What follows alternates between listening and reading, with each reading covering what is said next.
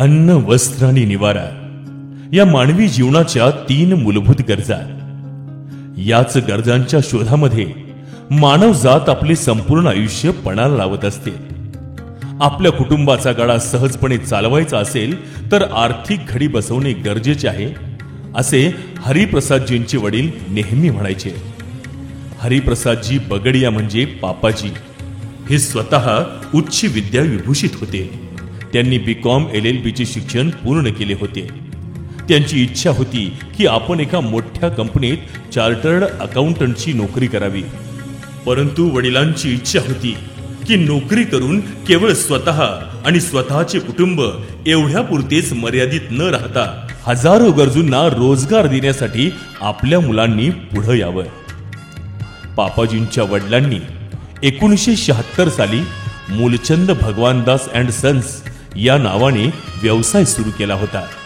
इचलकरंजीमधून कापड आयात करून ते जालन्यामध्ये विकत होते. पापाजींच्या वडिलांनी त्यांना जालना फर्मसाठी लागणाऱ्या कापडाची पूर्तता करण्यासाठी इचलकरंजीत ट्रेडिंग व्यवसाय सुरू करण्याचे सुचवले. वडिलांच्या इच्छेनुसार पापाजींनी आपली वैयक्तिक इच्छा आणि आकांक्षा बाजूला ठेवून वडिलांचा सल्ला ऐकण्याचा निर्णय घेतला. पापाजींच्या या निर्णयाला त्यांच्या सहचारिणी बीना मॅडमांनी सुद्धा बिना संकोच पाठिंबा दर्शविला. हरिप्रसादजी बगडिया हे एक उत्तम फॅमिली मॅन देखील होते. ज्ञान, संस्कार, शिस्त आणि सदाचार यांचे ते चालते बोलते उदाहरण होते. याच संस्कारांची शिदोरी त्यांनी आपले पुत्र श्री निकुंज बगडिया यांच्या डोईशी बांधली. निकुंज बगडिया हेही आपल्या वडिलांप्रमाणे कर्तव्यनिष्ठ आणि ध्येय वेडे होते. DKT मधून टेक्स्टाईल इंजिनिअरिंगची पदवी घेऊन ते उत्तीर्ण झाले. इंजिनिअरिंग पूर्ण केल्यानंतर त्यांनी मुंबईमध्ये एका कन्सल्टन्सी कंपनीत नोकरी करण्यास सुरुवात केली. गावखेड्यामध्ये एक समज आहे की जेव्हा आपल्या पुढच्या मुलाला बापाचं चप्पल येऊ लागतं तेव्हा बापाच्या खांद्यावरील जबाबदारी पेलण्यासाठी तो मुलगा सज्ज झालेला असतो. त्यांनी अगदी सहजपणे आपल्या व्यवसायाची बॅटन निकुंज सरांच्याकडे सोपवली. अगदी सुरुवातीपासूनच निकुंज सरांनी आपल्या व्यवसायावर पूर्णतः नियंत्रण घेतले.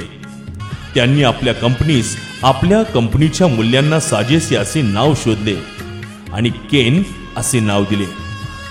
केन एंटरप्राइजेस या नावाने कंपनीची घोडदौड सुरू झाली आणि इथेच केनच्या यशाची बीजे रोवली गेली. संकटांशी 2 हात करण्याची लढवय्या वृत्ती असलेले निकुंज सर आधी ऑर्डर घ्यायचे आणि नंतर ती कशी कार्यान्वित करता येईल याचा विचार करायचे. कारण त्यांना खात्री होती की यशस्वी कोण होतात, जे योग्य निर्णय घेतात ते नव्हे तर घेतलेला निर्णय योग्यच कसा होता हे सिद्ध करतात ते. निकुंज सर व्यवसायानिमित्त मुंबई दौऱ्यावर असताना त्यांचा संपर्क सौ रचना यांच्याशी येतो. सौ रचना या BSc म्हणजे बॉम्बे स्टॉक एक्सचेंजमध्ये एका चांगल्या पदावर नोकरी करत होत्या. त्यांना निकुंज सरांनी कुतूहलाने विचारलं, मी एक सर्वसामान्य व्यावसायिक, माझा केस अन केस कर्जामध्ये बुडालेला असताना तू माझ्याशी लग्नासाठी तयार झालीच कशी? यावर उत्तर देताना सौ रचनाजी म्हणाल्या, काळजी करू नको निकुंज, मी तुझी अशी साथ निभावेन की एक दिवस तुझ्या केनचे नाव IPO लिस्टिंग मध्ये येईल आणि तुझ्या कंपनीसाठी लिस्टिंग बेल वाजवायला मी याच ठिकाणी तुझ्यासोबत येईन. त्यानंतर श्री निकुंज आणि सौ रचना हे दोघे 2005 मध्ये विवाह बंधनात अडकतात. श्री हरिप्रसादजींनी लावलेले येवलेसे रोपटे आज वटवृक्षात रूपांतरित होत आहे हे सर्वांना अवगत होत होते. तोवर 2009 मध्ये अचानकपणे काळाने घाला घातला.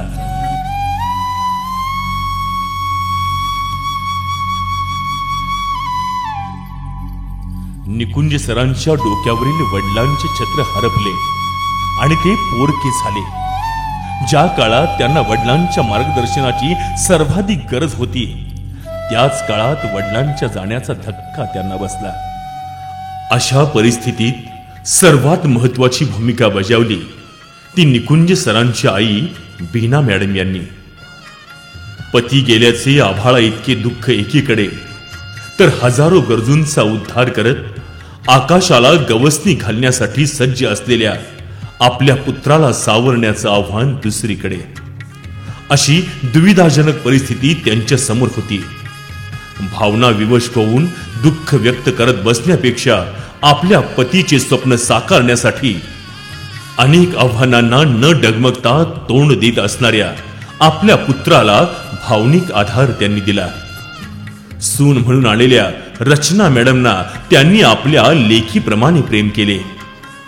वडिलांच्या निधनानंतर कुटुंबाची सर्वस्वी जबाबदारी घेत त्यांनी निकुंज सरांसाठी मैदान मोकळं करून दिलं. यामुळेच या डोंगरा इतक्या दुःखाच्या धक्क्यातून सावरत अगदी रक्षा विसर्जनानंतरच्या अवघ्या तिसऱ्याच दिवशी ते ऑफिसवर रुजू झाले. 2014 मध्ये मार्केटमधील अनहेल्दी कॉम्पिटिशन आणि लॅक ऑफ मॉडर्नायझेशनमुळे वस्त्रोद्योगावर मंदीचं सावट आलं. त्यामुळे निकुंज सरांनी स्थानिक मार्केटवर आपला व्यवसाय अवलंबून न ठेवता फॅब्रिक एक्सपोर्ट उद्योग सुरू करण्याचा साहसी निर्णय घेतला आणि मंदीच्या अंधकारातून शेकडो कुटुंबाची जीवनवाहिनी असलेल्या केनला बाहेर काढले. ज्या समाजाचे आपण देणं लागतो त्या समाजाप्रती काहीतरी करण्याची परोपकारी भावना श्री निकुंज बगडिया यांना स्वस्थ बसू देत नव्हती. याच भावनेने 2019 साली त्यांनी अत्याधुनिक मशीन उपलब्ध करून गारमेंट उद्योग सुरू केला. अवघ्या 5 लोकांपासून सुरू झालेली केन ग्लोबल ही कंपनी आज 2000 लोकांच्या जीवनाचा आधार बनली आहे. आज इचलकरंजी, कोंडिग्रे, जांभळी, बोरगाव ते अगदी वाळवा आणि 32 शिराळा सारख्या दुर्गम भागात सुद्धा केनचे जाळे पसरले आहे. वस्त्रोद्योग क्षेत्रातील या अनन्यसाधारण योगदानाबद्दल विविध संस्थांनी निकुंज सरांच्या या कार्याची दखल घेऊन त्यांना अनेक पुरस्कारांनी गौरवण्यात आले आहे. केनच्या ग्रे फॅब्रिक एक्सपोर्ट तसेच हायेस्ट एम्प्लॉयमेंट जनरेशन मधील योगदानाबद्दल टेक्स्ट प्रोसिल या अत्यंत प्रतिष्ठित मानल्या जाणाऱ्या संस्थेमार्फत 2015 ते 2022 अशी सलग 7 वर्ष सिल्वर प्लेक तर 2018 ते 2023 अशी सलग 5 वर्ष गोल्ड ट्रॉफीने सन्मानित केले गेले. तसेच भारत सरकारच्या SME चेंबर ऑफ इंडिया या संस्थेकडून best exporter of the year देऊन त्यांना गौरवण्यात आले. निकुंज बगडिया यांच्या उद्योग आणि व्यापारात दिलेल्या या योगदानाबद्दल त्यांना महेश गौरव पुरस्कार आणि लायन्स गौरव पुरस्कार अशा प्रतिष्ठित समजल्या जाणाऱ्या पुरस्कारांनी सन्मानित करण्यात आले. अशा प्रकारे श्री हरिप्रसादजींनी लावलेल्या इवल्याशा रोपट्याचे रूपांतर वटवृक्षात होत चालले आहे आणि त्याची मुळे सुद्धा खोलवर रुतत चालली आहेत. म्हणूनच की काय, अखेर पूर्ण झाले ते स्वप्न, स्वप्न नव्हे तर दिवा स्वप्न. श्री निकुंज बगडिया आणि सौ रचना बगडिया यांनी आपल्या एंगेजमेंट रिंग सेरेमनी दिवशी संकल्प केलेल्या केनच्या IPO लिस्टिंग सेरेमनीची बेल अखेर रिंग झाली आणि NSE इमर्ज या प्लॅटफॉर्मवर केनचा गजर होऊनच राहिला.